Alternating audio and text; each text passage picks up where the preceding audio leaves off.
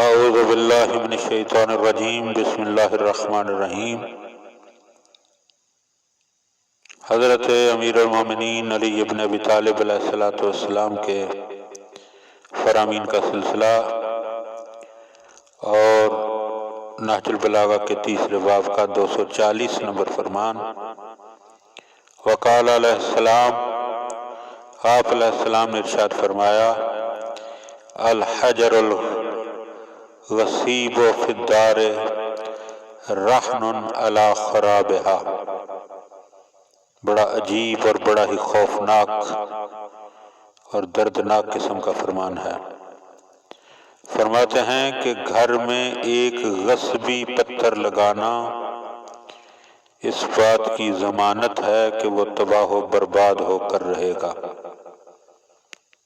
اور سید رضی فرماتے ہیں کہ ایک روایت میں یہ کلام رسالت مآب صلی اللہ علیہ وآلہ وسلم سے منقول ہوا ہے، اور اس میں متعجب ہونے کی کوئی بات نہیں ہے، کیونکہ دونوں کے کلام ایک دوسرے کے مثل ہوں، کیونکہ دونوں کا سرچشمہ تو ایک ہی ہے۔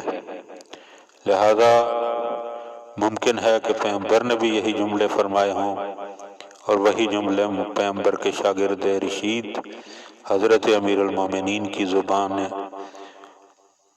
سے جاری ہوئے ہوں۔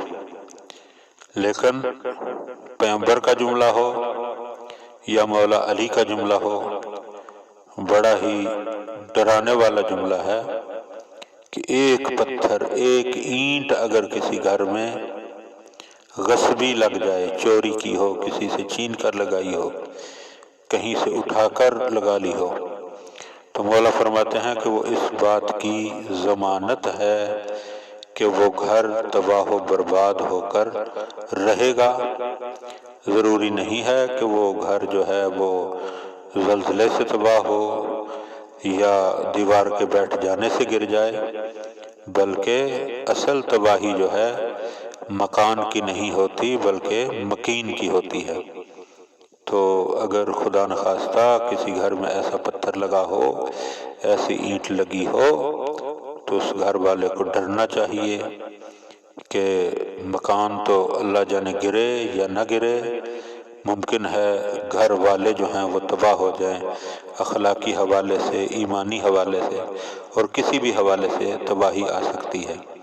لہذا دعا ہے کہ خداوند عالم ہمیں ایسی تباہیوں اور بربادیوں سے محفوظ فرمائے اور ایسے امور سے بچنے کی توفیق عطا فرمائے۔ اللہم صلی علی محمد و آل محمد۔